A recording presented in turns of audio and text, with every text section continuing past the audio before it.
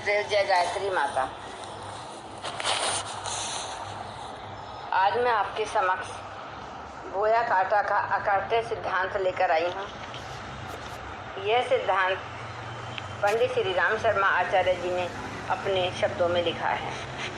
गायत्री मंत्र साथ साथ बोले।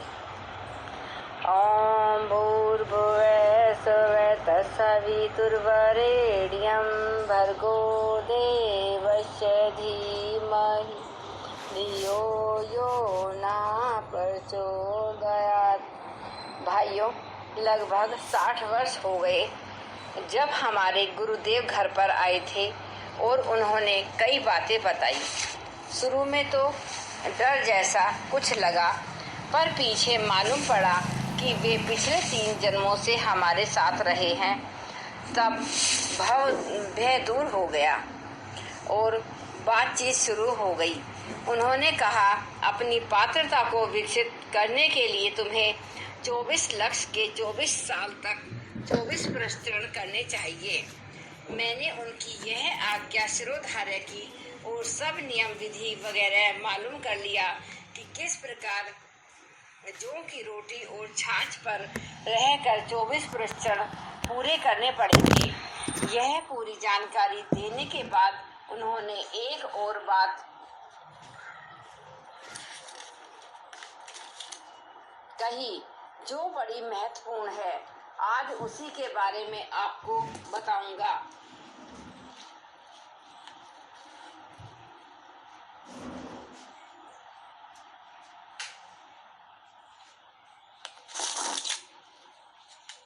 उन्होंने कहा, गायत्री मंत्र कईयों ने जपे हैं, कई लोग उपासना करते हैं, लेकिन रिद्धियां और सिद्धियां किसी के पास नहीं आती।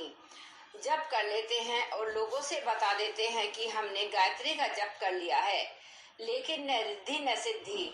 हम तो इस तरह की गायत्री बताना चाहते हैं जिसमें रिद्धियां सिद्धियां भी मिले और जप से ब्राह्मण कुल में उत्पन्न होने का लाभ भी मिले। हमने कहा, यह तो बड़े सौभाग्य की बात है, आप इतनी अच्छी बात बताएंगे। इससे अधिक अच्छा और सौभाग्य हमारे लिए क्या हो सकता है। तब उन्होंने गायत्री के 24 प्रश्नों की विधि बताने के बाद एक और नई बात बताई, बोना और काटना। उन्होंने कहा, तुम्हारे पास जो कुछ भी चीज है उसे भगवान के खेत में बोना शुरू करो, वह 100 गुना होकर फिर मिल जाएगा। रिद्धि और सिद्धि का तरीका यही है, वे फोकट में नहीं, कहीं नहीं मिलती। दुनिया में ऐसा कोई नहीं है जो रिद्धियां सिद्धियां बांट रहा हो या कुछ कहां से मिल रहा हो। इस तरह का कोई नियम नहीं है। बोने पर ही किसान काटता है। ठीक इसी तरीके से तुमको भी बोना और काटना पड़ेगा। कैसे बताएं सब बातें। उन्होंने कहा, देखो, शरीर तुम्हारे पास है। शरीर माने श्रम और समय। इन्हें भगवान के खेत में बो। कौन सा भगवान? वह यह विराट भगवान जो चारों ओर समाज के रूप में विद्यमान है। इसके लिए तुम अपने श्रम, समय और शरीर को खर्च कर डालो, वह 100 गुना होकर तुमको सब मिल जाएगा। नंबर 1। नंबर 2, बुद्धि तुम्हारे पास है, भगवान की दी हुई संपदाओं में अकल तुम्हारे पास है।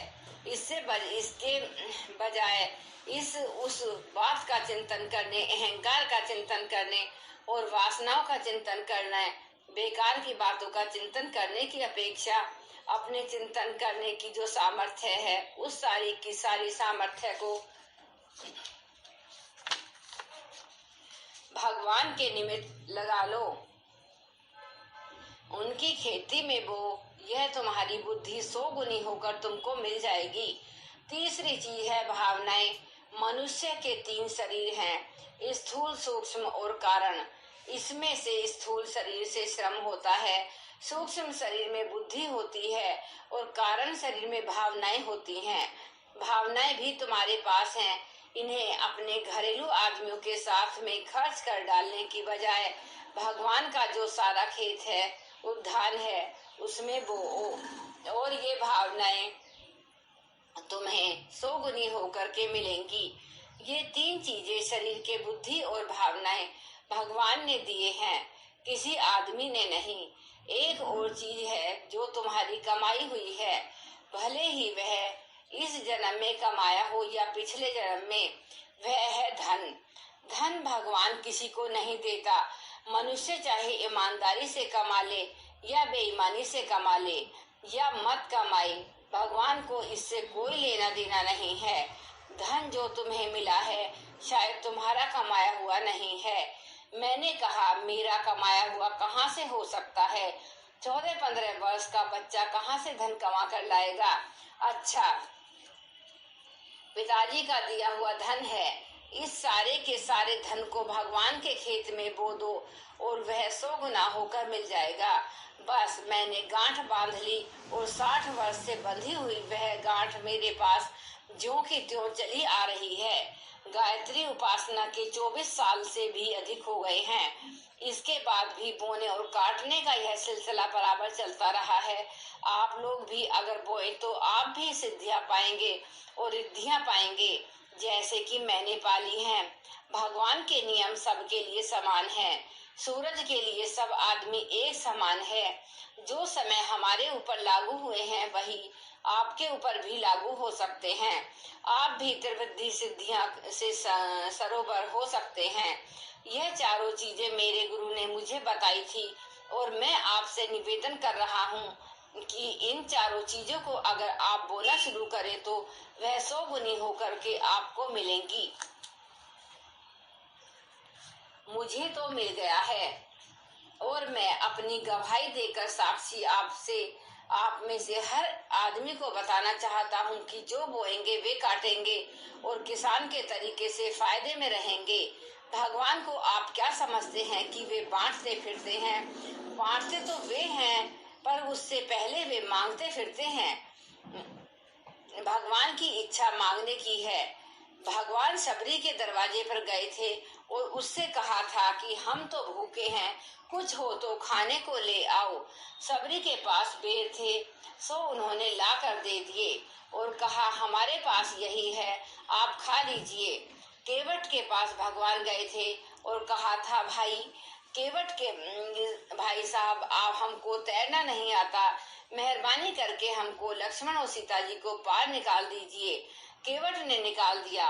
भगवान मांगते फिरते हैं। वे सुग्रीव के पास भी गए थे और कहा था हमारी सीता जी को कोई चुरा ले गया है, उनका पता लगाने के लिए आप अपनी सेना हमको दे दें और ऐसा कुछ इंतजाम कर दें जिससे हमारी धर्म पत्नी मिल जाए तो बड़ी मेहरबानी होगी। सुग्रीव ने वही किया, अपना सर्वस्व दे दिया उनको। भगवान जी का भी यही हुआ।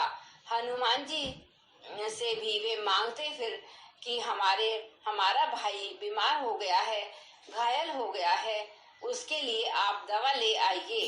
सीता जी को संदेश पहुंचा दीजिए, लंका से उनकी खबर ले आइए। राजा बलि की कहानी मालूम है आपको। वे बलि के पास गए थे और कहा था कि जो कुछ भी तुम्हारे पास है हमको दे दो। बलि ने कहा क्या है हमारे पास? तब तो उन्होंने कहा था कि तुम्हारे पास जमीन है, उसमें से 3.5 कदम हमको दे दो। नाप लिया भगवान ने और जो कुछ भी माल टाल था सारा छीन लिया। गोपियों से बड़ी मोहब्बत थी उनको।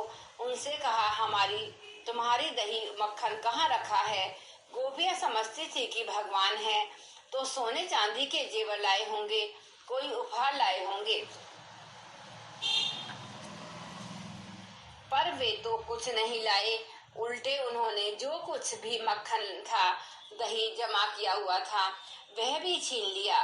कर्ण जब घायल पड़े हुए थे तब अर्जुन को लेकर भगवान उनके मैदान में जा पहुंचे और कहा अरे कर्ण, हमने सुना था कि तुम्हारे दरवाजे पर से कोई आदमी खाली हाथ नहीं जाता। हम तो कुछ मांगने आए थे पर तुम कुछ देने की हालत में नहीं हो पड़ते। कर्ण ने कहा नहीं महाराज, ऐसा मत कीजिए, खाली हाथ मत जाइए। मेरे दांतों में सोना लगा हुआ है जिसे उखाड़कर मैं अभी दे देता हूँ आपको। उन्होंने एक पत्थर का टुकड़ा लिया और दोनों दांत तोड़ करके एक अर्जुन के हाथ पर रखा और एक कृष्ण के। इस तरह सुदामा जी की कहानी है। सुदामा जी की पत्नी ने उनको इसलिए भेजा था कि कृष्ण उनके मित्र हैं और वे उनसे कुछ मांगकर ले आए तो गुजारा चले। सुदामा जी गए तो इस ख्याल से थे, लेकिन भगवान ने उनसे पूछा कि लाए हो या कुछ मांगने आए हो? हमारे दरवाजे पर मांगने वाले तो भिखारी आते हैं, पर तुम लाए क्या हो?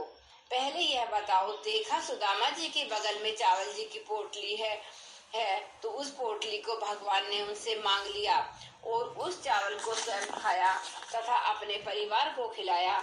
जो कुछ भी सुदामा के पास था सब खाली कर दिया। बाद में उन्हें कुछ दिया होगा जरूर, गोपियों को भी दिया होगा, कर्ण को भी दिया होगा, बलि को भी दिया होगा, हनुमान जी केवट सुग्रीव सभी को दिया होगा, पर सबसे पहले उन्होंने लिया था।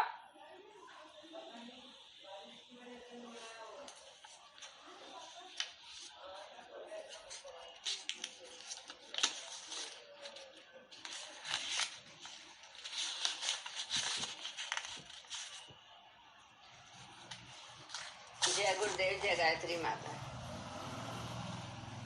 एक बार गायत्री मंत्र हमारे साथ साथ।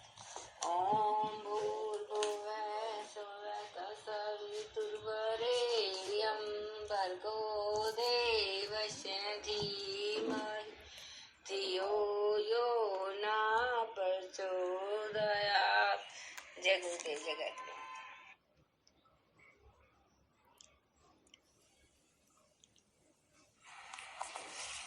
जय गुरुदेव, जय गायत्री माता।